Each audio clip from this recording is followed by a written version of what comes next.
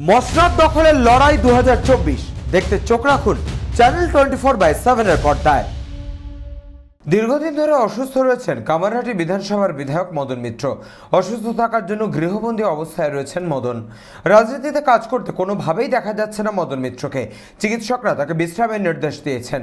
আর অসুস্থ মদন মিত্রকে দক্ষিণেশ্বরের বাড়িতে দেখতে আসেন বরানগর বিধানসভা তৃণমূল কংগ্রেস প্রার্থী সায়ন্তিকা ব্যানার্জি।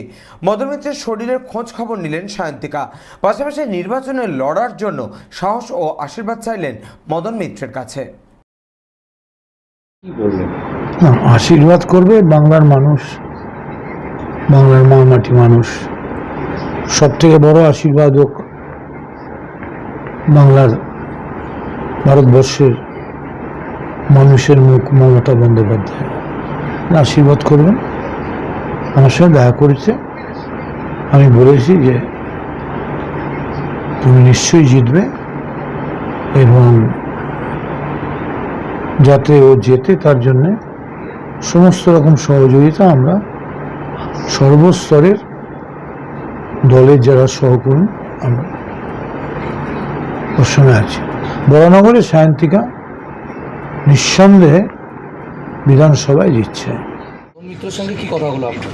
উনি এখন রিকভার করছেন এবং অবশ্যই এখানে আমি প্রার্থী হিসেবে যখন এসেছি বরানগর উপনির্বাচনে, সেখানে মদনদা এখানে রয়েছেন এবং তার আশীর্বাদ নিতে এসেছি। আমার সাথে আমার দলের সকলে এসেছেন, আমার যারা নেতৃত্বে রয়েছেন বরানগর বিধানসভার, এবং তিনি আশীর্বাদ করলেন এবং যাতে আমি জয়যুক্ত হই সেটাই তিনি চাইলেন এবং আশীর্বাদ করলেন।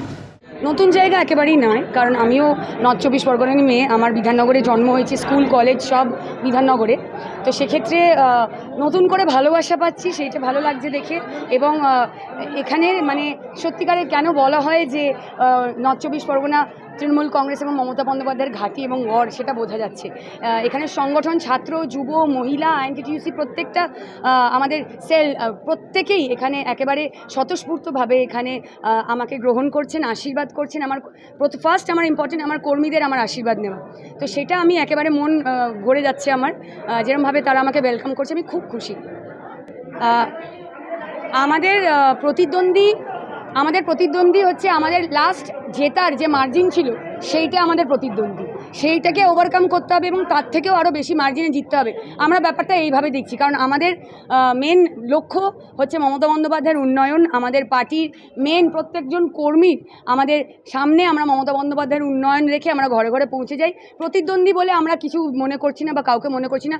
আমাদের জন্য আমাদের কম্পিটিশন হচ্ছে আমাদের লাস্ট রেজাল্ট যেটা, সেইটা আমাদের ওভারকাম করতে হবে, তার থেকে বেটার করতে হবে, সেটাই আমাদের কাছে main target. Bureau report, channel 24/7। সিংহাসনের মহাসংগ্রাম